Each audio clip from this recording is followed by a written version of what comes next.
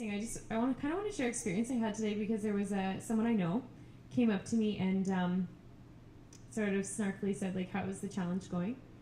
And then proceeded to just tell me everything that was wrong with the challenge and why I shouldn't be doing it and how it's not helpful and how the problem is that there are enough solutions out there that people just aren't taking advantage of them.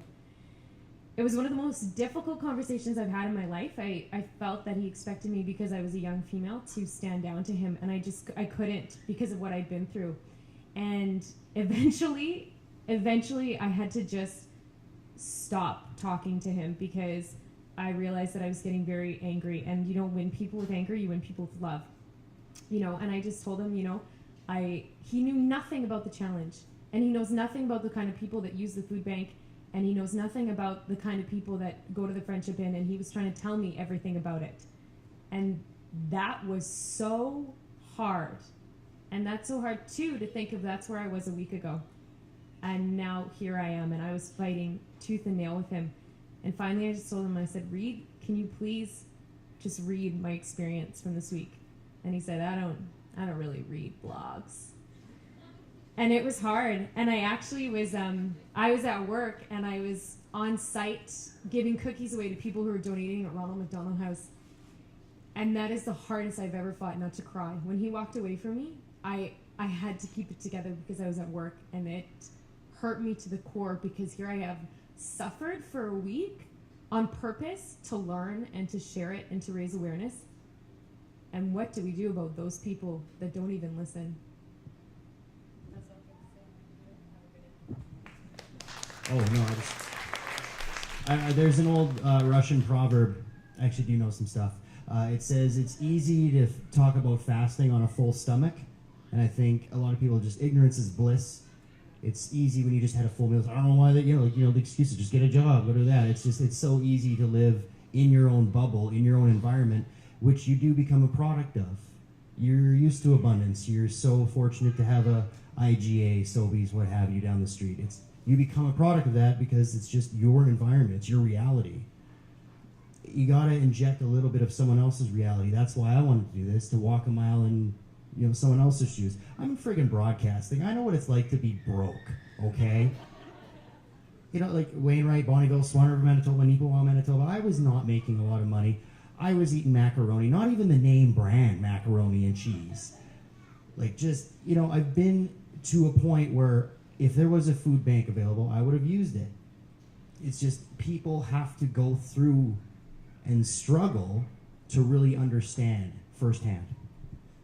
And to expand on that exact same note, and regarding macaroni too, a few days before the challenge started, I had a box of sharp cheddar Kraft Dinner.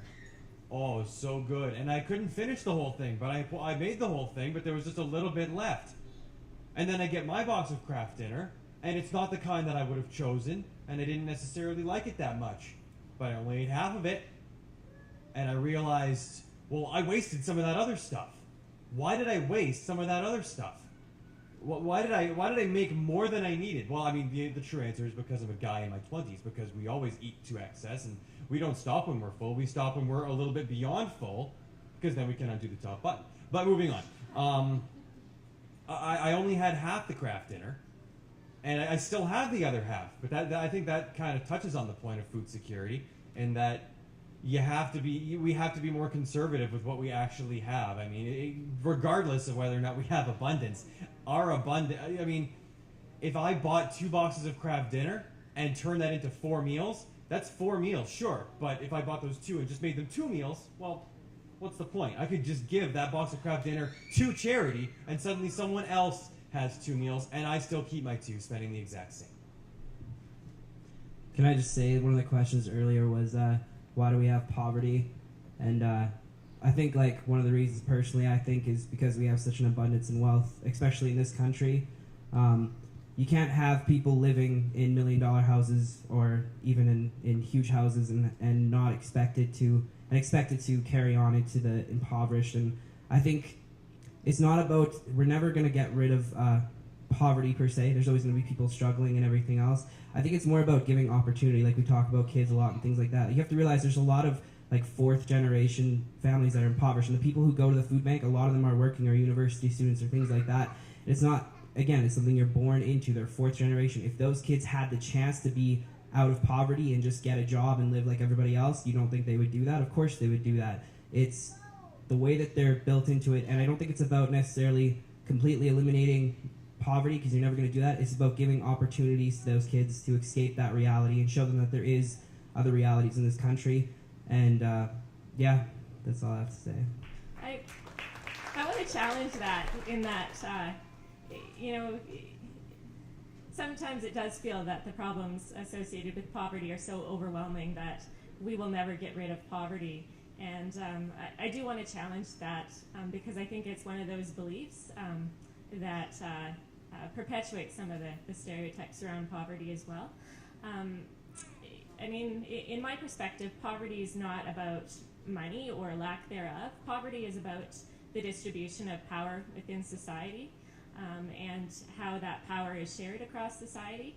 And once we start looking at what are the causes of how power is shared across society, that's when I think we have an opportunity to really make a difference and really to take a step towards ending poverty for good, because I do believe that that's possible.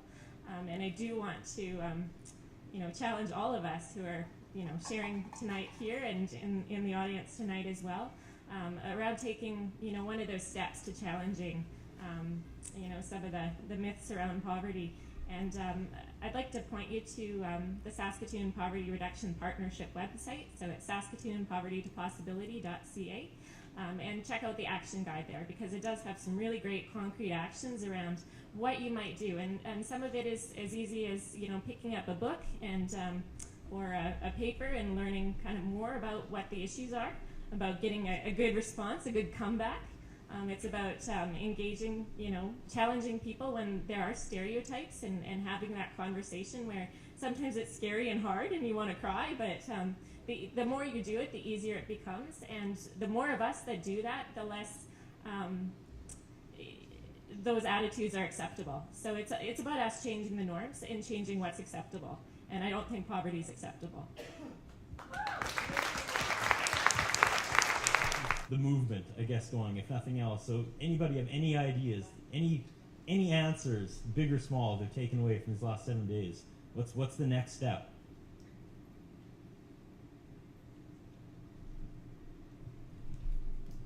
I think we need to say no a little bit more often.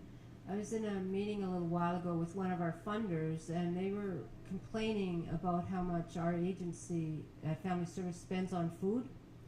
And they said we should stop feeding our people. And I will never stop feeding people. And so I sat in a meeting and I said, yeah, I'm not doing that.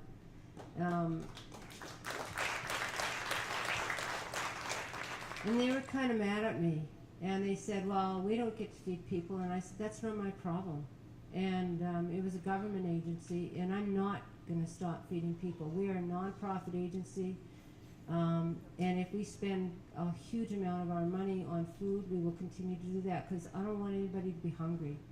And we do counseling, we do that kind of work. And if your brain's not working and your physical self is failing, we can talk at you all day long, and it's not going to help. So we need to keep on feeding people, and we need to make political and social change. So maybe we can do that. Maybe we can start. Because I'm pretty sure a number of the people on this panel know some politicians. I'm pretty sure we all know somebody with a little more power than we even have. And I think we need to stop being nice about it. And it's hard for Grandma Sarr to say to stop being nice, but I think it's time for her.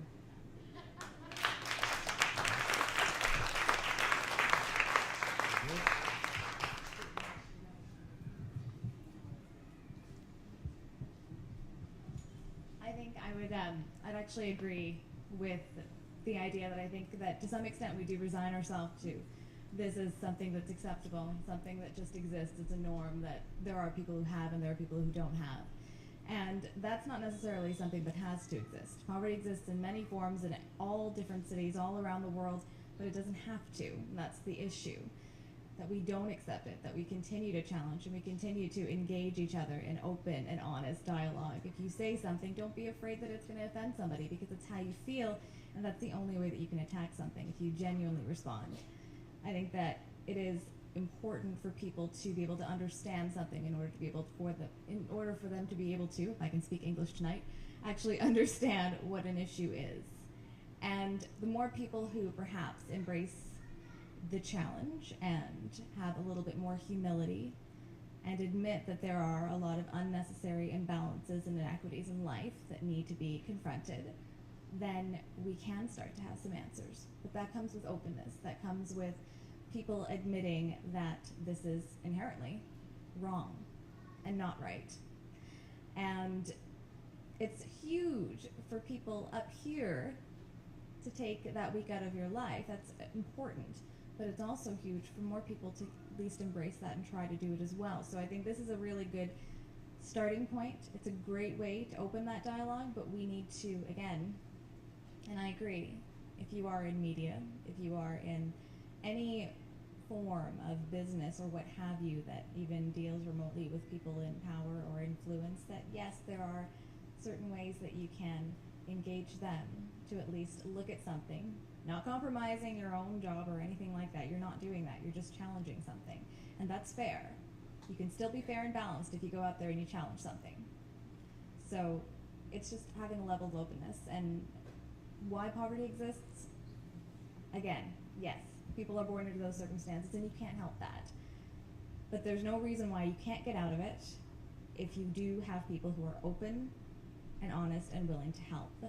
And so I do commend the ladies at the food bank and the gentlemen who do help out all that, because that's amazing. And for the people who are going to university, when you think about needing to study and needing to get things done, that's not easy when you don't have anything to sustain you and to help you going through that entire process. So, yep.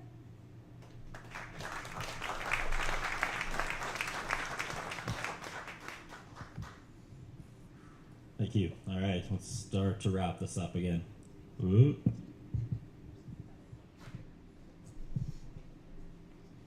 All right.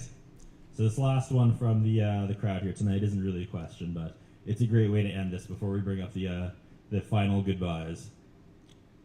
It says, I'm on WCB.